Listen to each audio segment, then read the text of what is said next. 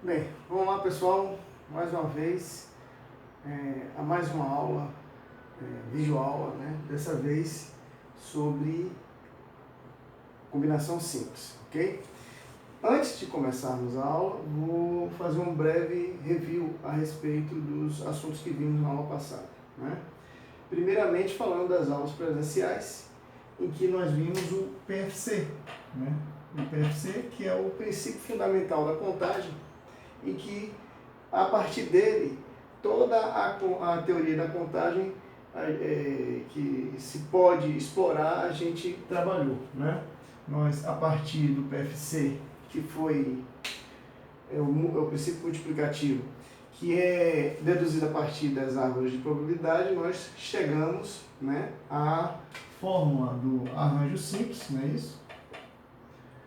Que também a partir do arranjo simples nós chegamos na fórmula do permutação, né? Arranjo simples, a definição vista ainda na aula presencial da semana passada e complementada na videoaula anterior, em que nós deduzimos a fórmula de arranjo simples. A partir de arranjo simples, nós definimos permutação simples de N elementos e também deduzimos a sua fórmula, de forma muito fácil, inclusive, porque a permutação simples é um caso particular do arranjo simples. É quando a gente tem um arranjo simples de N elementos em N posições, ok? Lembrando que o arranjo simples tem duas características, né, que o próprio nome diz. Quando a gente fala em arranjo, nós estamos falando em agrupamento de N elementos em P posições, onde NP são números naturais, com N maior que P, maior ou igual que P, em que a ordem importa. Então, lá na semana passada, nós definimos o arranjo como um agrupamento, né, ordenado de N elementos, né, em P posições com N maior que P. Ok? E a outra característica importante, e que também está no nome arranjo simples, né, é o fato de que todo problema simples não há repetição, certo? Não há repetição. Então, quando nós estamos calculando a quantidade de agrupamentos de um arranjo simples, né, ele tem essas duas características. A ordem importa e não há repetição dos elementos, né?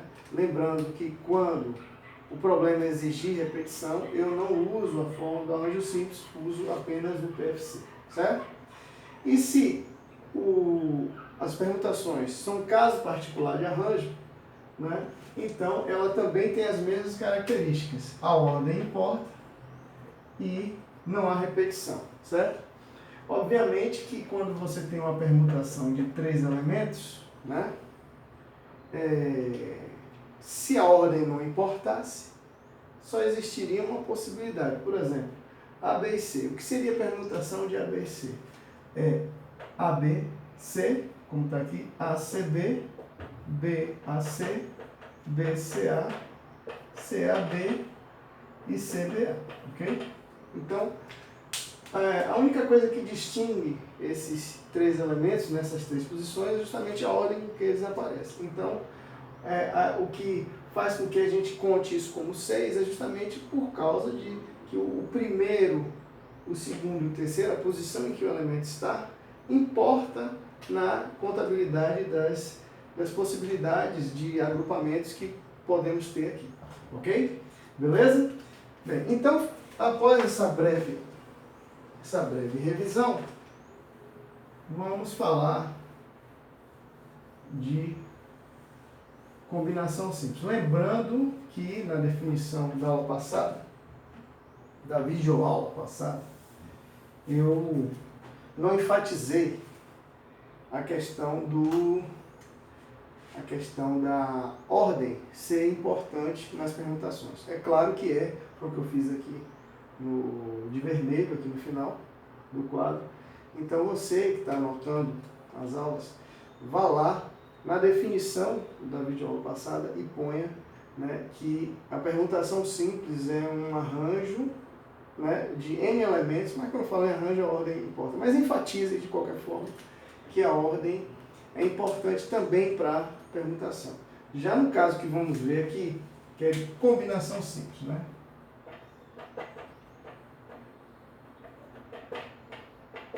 Bem, lembrando que o simples aqui tem o mesmo sentido das técnicas de contagem anteriores, né? Tanto de arranjo como de permutação. Quer dizer que os elementos são distintos.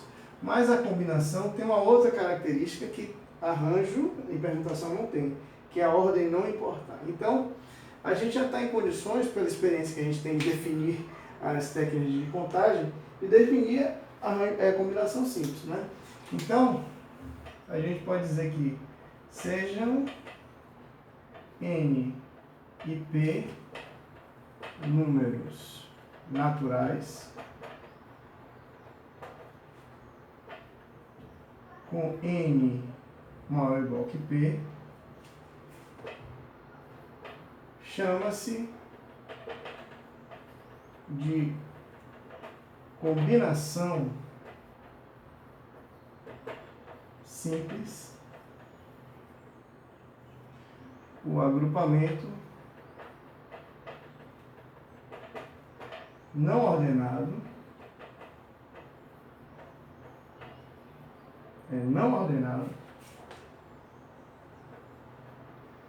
de N elementos distintos tomados P a P. Ou seja, eu tenho N elementos distintos e vou agrupá-los em P posições, né? Então eu tenho menos posições do que elementos, certo? E esse agrupamento, ele não precisa ser ordenado, ok? O ordenado é para arranjo, certo? Então essa é a nossa definição de combinação simples, ok? Vamos lá, vamos ver aqui, deduzir. Primeiro, falar sobre a notação, né? Notação. Qual é a notação? Como eu denoto combinação simples? A notação de combinação simples é CNP.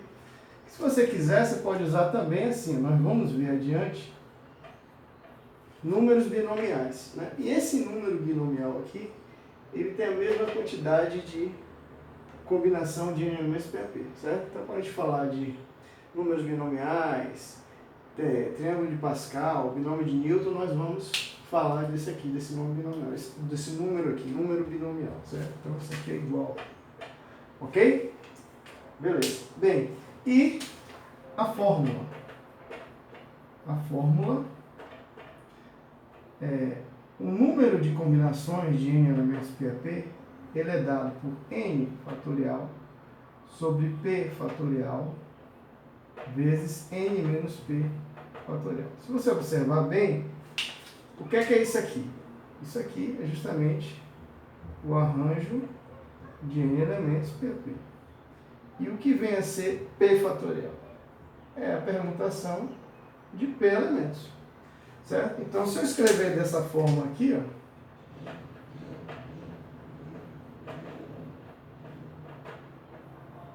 o que nós temos? Nós temos a combinação como sendo o quociente entre o arranjo de N elementos PAP sobre a permutação de P elementos. Que P fatorial é a permutação de P elementos, como vimos na aula passada. Pronto. Então, ó, por isso que eu digo que tudo advém do PFC, né? Todos os métodos de contagem. Nós deduzimos a fórmula de arranjo a partir do PFC, nós deduzimos a fórmula de permutação a partir do arranjo, porque a permutação nada mais é do que um caso particular dos arranjos, E estamos definindo agora a fórmula, né? Estamos encontrando, deduzindo, na verdade, a fórmula da combinação simples através de um quociente de dois arranjos, do arranjo de N elementos PAP e a permutação de P elementos, que nada mais é do que um arranjo de P elementos em P posições. Ok? Então vamos ver por que a combinação de elementos PAP é esse quociente, né? Então vamos lá.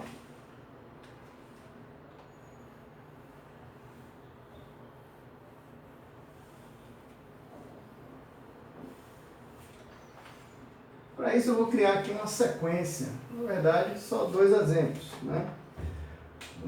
De um lado aqui nós temos, vou criar aqui arranjos, né? Arranjos, e aqui o que seriam as combinações.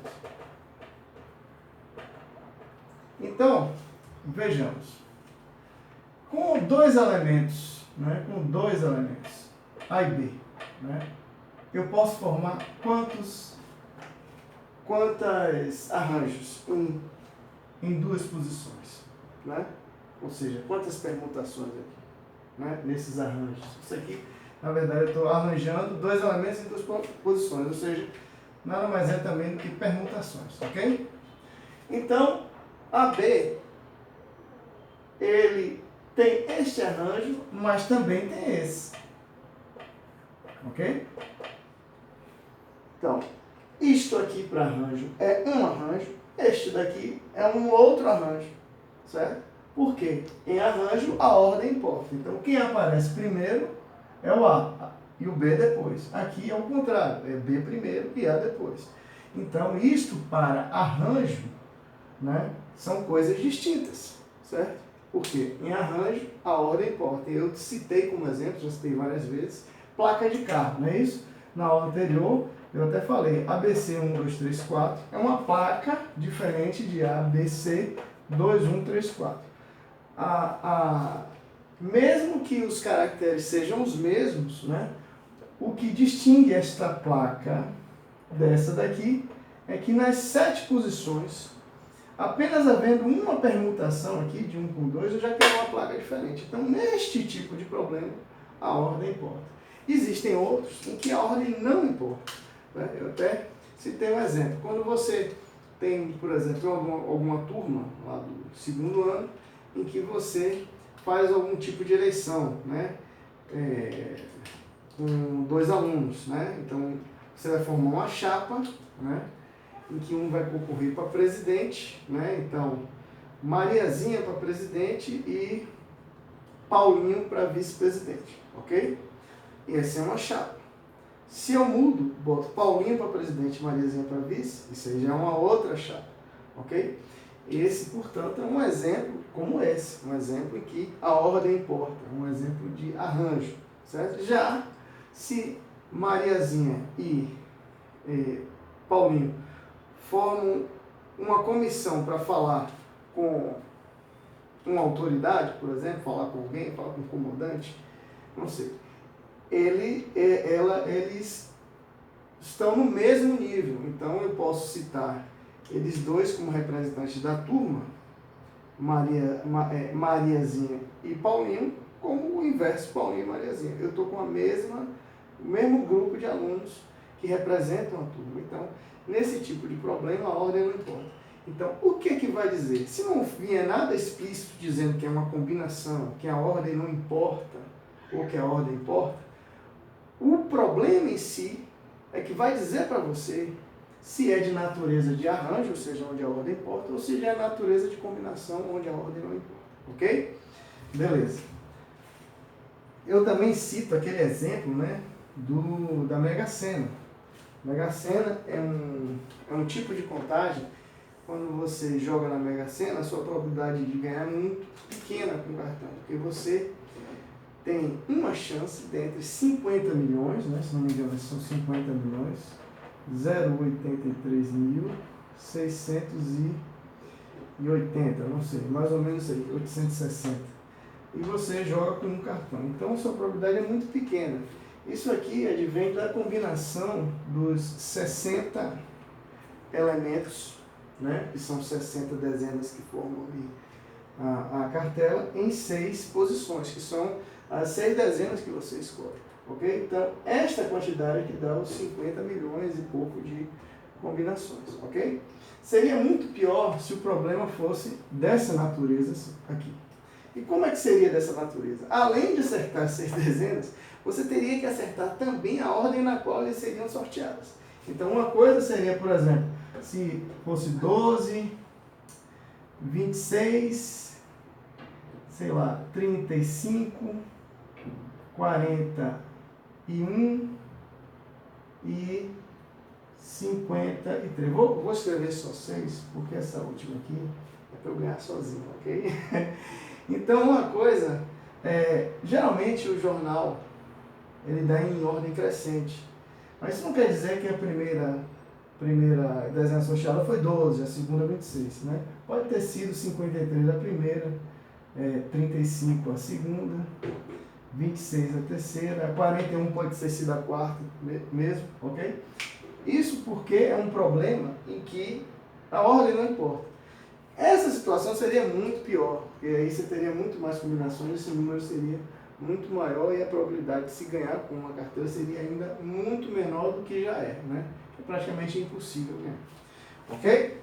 Beleza, então dei exemplos aqui de dois fenômenos, 2 tipos de contagem, um em que a ordem importa, clássico, placa de carro, e outro a quantidade de dezenas que compõem as possibilidades de se ganhar na Mega Sena, né?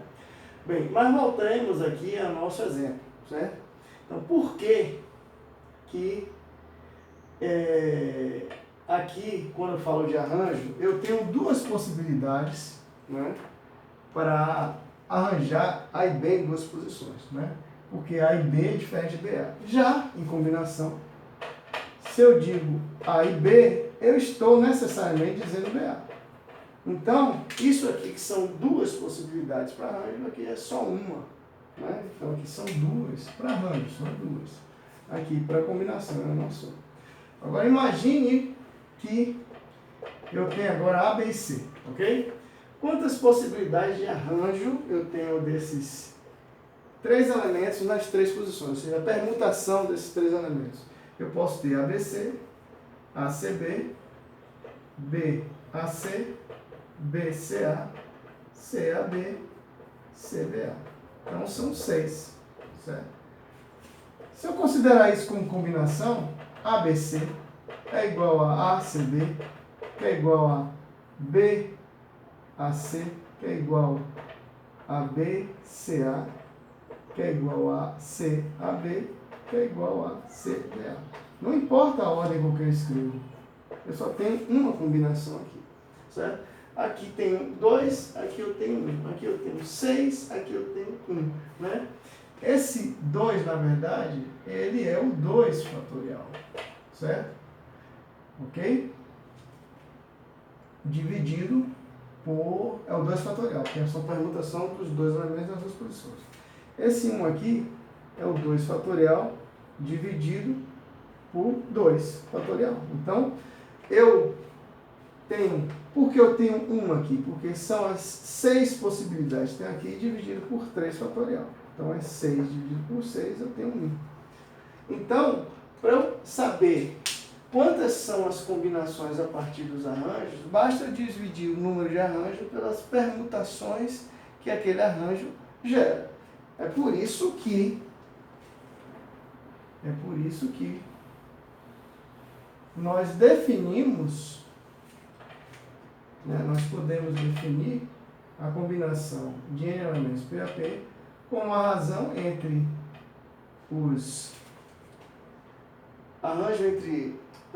a combinação de N elementos PAP como quociente entre o arranjo de N elementos PAP pela permutação de P elementos. Ou seja, para cada arranjo que eu gero nas P posições, eu tenho que dividir por P fatorial posições, porque P fatorial daqueles arranjos são iguais a um deles, ok? Então, o que dá para a gente concluir que o número de combinações é sempre menor, né? Quase sempre menor e muito menor do que a quantidade de arranjos, ok? Beleza. Então vamos a um exemplo, né? Vamos a um exemplo. Vamos ver aqui. Vamos pegar o livro texto, né? Na página 113. E vamos fazer aí, por exemplo, o 43, né? Que diz o seguinte: calcule. Aí vamos fazer aqui o A. Vamos fazer o C, vamos pulando, né? E vamos fazer aqui o E. O A é C, né? Combinação de 6 elementos 2 a 2. O E, combinação de 15 elementos 10 a 10. E o E, combinação de 6 elementos, 8, perdão. 8. 4 a 4, menos combinação de 8, 3 a 3. Então vamos lá. Isso aqui, segundo a nossa fórmula, vai ser o quê? Na verdade aqui a fórmula ela fica sendo igual a n fatorial sobre p fatorial, n menos p fatorial, ok? Então a gente vai aplicar essa fórmula aqui. Quem é n? 6, então 6 fatorial. Quem é P? 2, então dividido por 2 fatorial. Vezes, quem é N menos P? Ó, 6 menos 2 fatorial. Então isso aqui dá 6 fatorial sobre 2 fatorial, que é 2, e aqui dá 4 fatorial. Né? Lembrando, eu desenvolvo sempre o maior fatorial. Então o maior fatorial aqui é 6. Eu vou escrever como 6 vezes 5 vezes 4 fatorial, né? Porque aqui eu cancelo 4 fatorial com 4 fatorial, fica 30 por 2, dá 15, certo? Então existem 15 combinações de 6 elementos 2 a 2. Não interessa.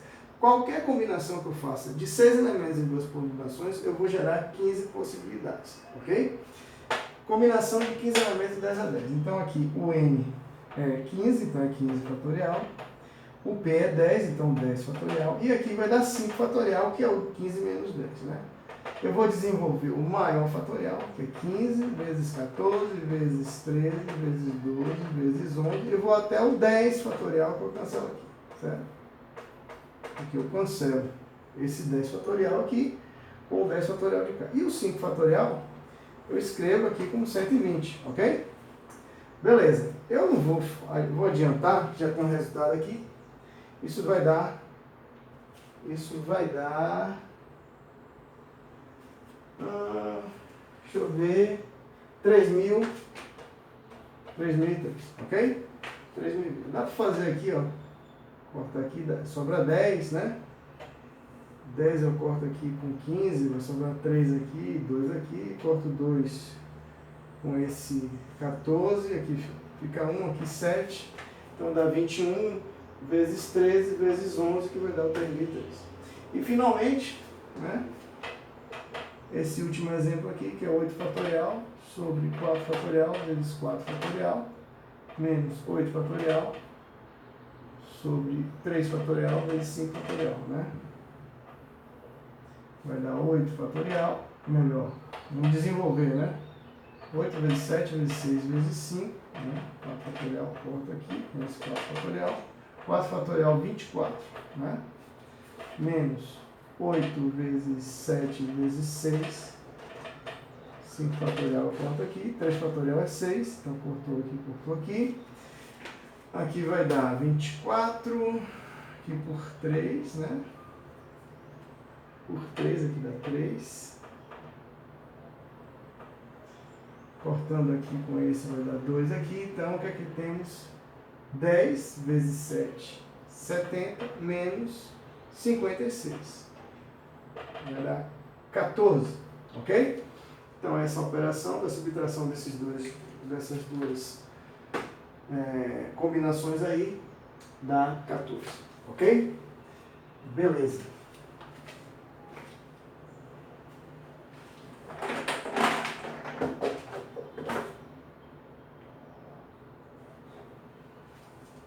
Vejamos um exemplo aqui mais... depois desse exemplo aí mais, digamos assim, algébrico, né, para a gente poder treinar a operação, né, simplesmente a conta, ou ver um exemplo contextualizado, né, um exercício em que a gente tem um probleminha de fato, né?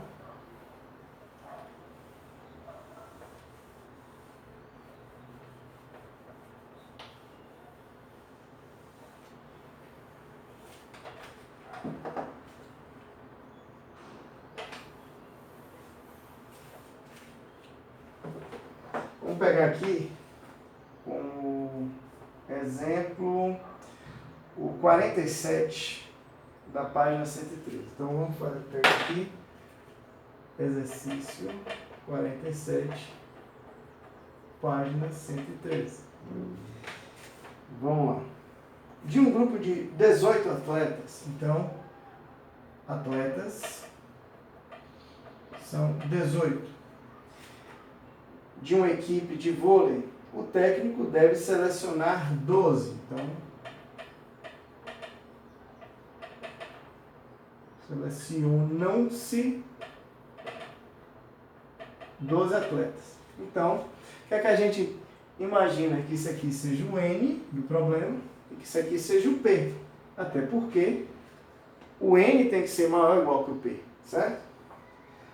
Bem, para a disputa de uma partida. Considerando que todos os atletas podem atuar em qualquer posição, de quantas maneiras distintas essa seleção pode ser realizada? O que é que ele quer dizer? Ele quer dizer que todos podem jogar de levantador, todos podem jogar de líbero, qualquer um deles pode jogar de oposto. Então, todas as 6 posições do vôlei, cada um deles pode atuar, ok? Isso quer dizer que ele pode pegar qualquer combinação de jogadores. Tá claro que esse problema é um problema de combinação?